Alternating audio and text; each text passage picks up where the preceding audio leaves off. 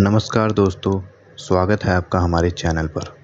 दोस्तों, GST department ने एक बहुत बड़ा अपडेट लाया है। शायद आपने इस अपडेट के बारे में सुना भी होगा। ये अपडेट जीएसटीआर 3B से रिलेटेड है। ये अपडेट ये है कि जुलाई 2025 टैक्स पीरियड से जो भी 3B जनरेट होगा उसके फिगर्स को आप चेंज नहीं कर सकते हैं। वो फिगर्स लॉक्ड होंगे।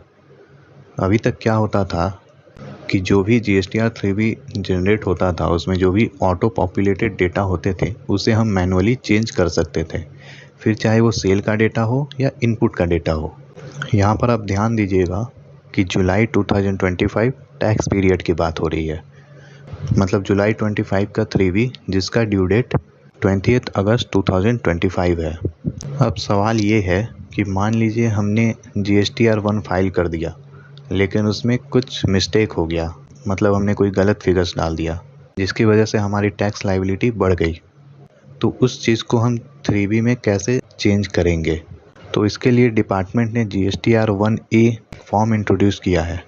एग्जाम्पल के लिए मान लीजिए आप अप्रैल मंथ का रिटर्न फाइल कर रहे हैं। आपने अप्रैल मंथ का जीएसटीआर 1 फाइल कर दिया। आपने अप्रैल में सिर्फ एक ही बिल रेज़ किया है जिसकी टैक्सेबल वैल्यू है 10,000 और उसके ऊपर जीएसटी है 18%। तो आपका जीएसटी हो गया 1800। अब मान लीजिए जब आपने R1 फाइल किया तो आपने 10,000 की जगह 1 लाख फाइल कर दिया जिसकी वजह से आपकी लायबिलिटी हो गई 18,000। अब कहाँ 1800 और कहाँ 18,000?